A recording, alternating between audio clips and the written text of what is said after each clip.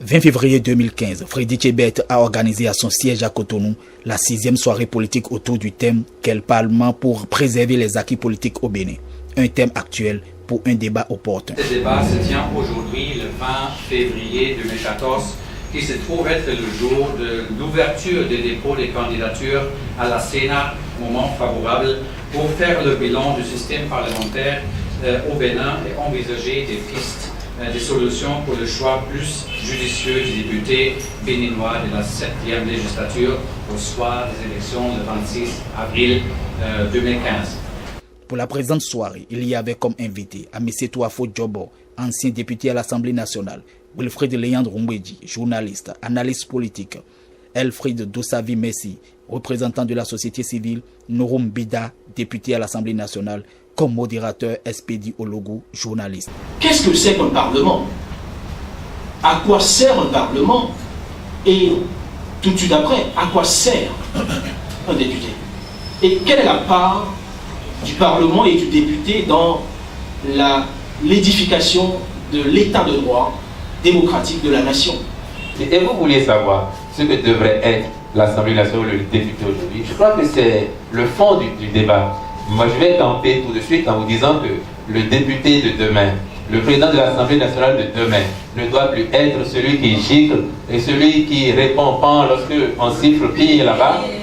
C'est pas de ça qu'on a besoin. Je pense que ce qu'il faut apprécier, c'est la production parlementaire, c'est la production. Sur le plan de la production, la présente législature, je pense qu'avec l'histoire, est la meilleure. Sur le plan de la production, le goût des lois, la qualité des lois. C'est vrai, l'année passée, je crois, si mes souvenirs sont bons, il y a eu 49 accords de ratification qui ont été votés et 13 lois en plus. Mais lorsqu'on me dit qu'il suffit juste de voter des lois, la qualité des lois pose problème aujourd'hui, la pertinence des lois pose aussi problème au regard de la monétarisation, au regard de la transhumance et au regard du marchandage du vote des députés. Ça coule les rues, ça se dit partout, les députés se dénoncent eux-mêmes. Et comment voulez-vous que lorsqu'un député a été acheté à cause d'argent, négocié d'une manière ou d'une autre, qu'on puisse statuer sur la qualité ou qu'on puisse avoir foi sur la qualité du vote? Je pense que ça pose problème. Pendant que moi j'étais à la mouvance, il n'y avait pas d'achat ou voter de loi. Je n'en ai sincèrement, ou du moins on m'écartait, connaissant peut-être ma rigueur, connaissant peut-être la personnalité que j'ai pas. Mais je n'ai jamais, sincèrement, pris de l'argent pour voter une loi. Et je veux bien croire aussi que ça n'est pas le fond de la pensée du député, parce qu'on peut penser quelque chose et ne pas pouvoir le restituer comme on voudrait le faire. Le député Nouroum se fonde sur le nombre de lois votées, et vous avez bien fait, comme mon ami Elfried, de dissocier dans ce lot-là ce qu'il y a eu en termes de ratification et ce qu'il y a eu en termes de lois portées d'initiative ou par les députés ou par le gouvernement. Je n'ai pas les chiffres, mais foi de mon ami Elfried, je note que sur l'année écoulée, par exemple, on aurait eu 49 ratifications d'accords pour 13 initiatives parlementaires ou projets de loi venus du gouvernement. Vous faites le ratio et vous me direz que c'est une législature de qualité. Ça veut dire quoi? Ça veut dire que s'il n'y avait pas de ratification d'accord, si le gouvernement n'était pas assez entreprenant, ou que les bailleurs, qui ont aussi leurs intérêts, n'étaient pas assez entreprenants vis-à-vis de nous, on aurait eu des résultats piètres, mon cher ami Bidanou. C'est ça la réalité. Et il ne faut pas, à mon sens, se camper sur les ratifications pour dire nous avons produit assez de lois et nous avons fait notre job. Et des fois même on vote sans savoir ce que contient la loi. Il y a un véritable problème. Et c'est pour ça que parfois l'applicabilité des lois pose problème. C'est donc à juste titre qu'on retrouve à la barre la Constitution du 11 décembre 1990. Mais quand vous avez une cour constitutionnelle, vous êtes majoritaire, vous votez une loi, et vous avez une cour constitutionnelle qui est là-bas en amont et qui va casser. Parce que pendant que vous votez la loi, il y a des députés qui vous disent on va casser, parce qu'ils avaient le pouvoir. On va casser. Alors qu'est-ce que vous voulez qu'on fasse? Je n'ai jamais signé une décision à laquelle un bon technicien du droit pourra faire critique.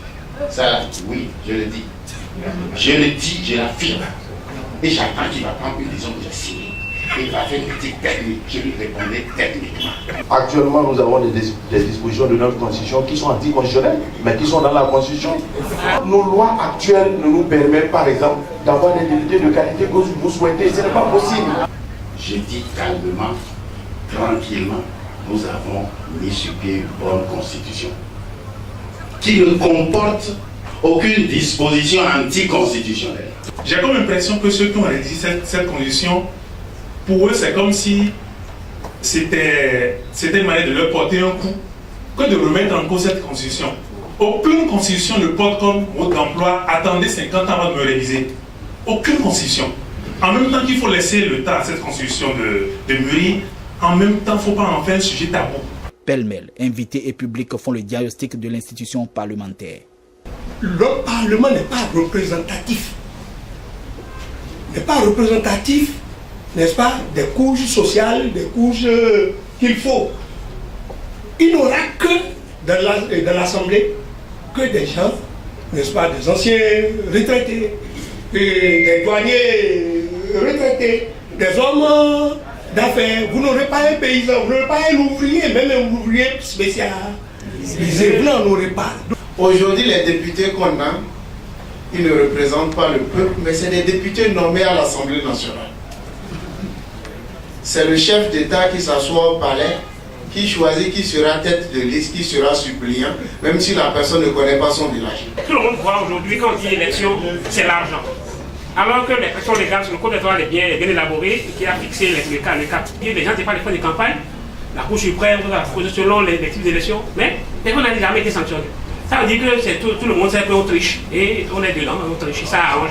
Malheureusement, avec ça, on ne peut jamais avoir un parlement de qualité. Il ne faut pas qu'on se leurre. Vous allez pour défendre tout un peuple et vous ne savez pas écrire ni lire ni écrire. C'est compliqué.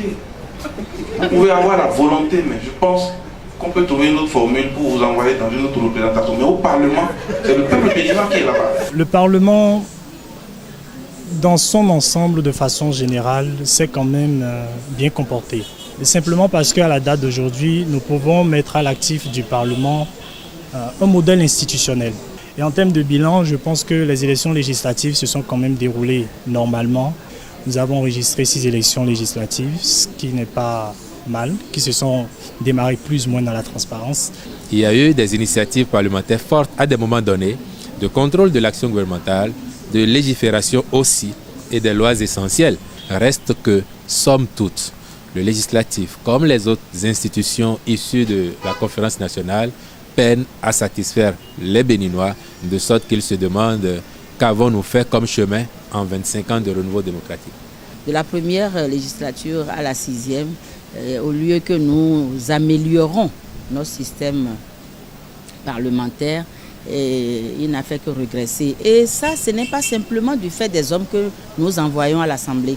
Il y a aussi que l'accompagnement des députés doit se faire, puisque c'est le lieu où on vote des lois. Et il faut des capacités, des disponibilités intellectuelles et tout ce que vous voulez pour donc contrôler l'action gouvernementale.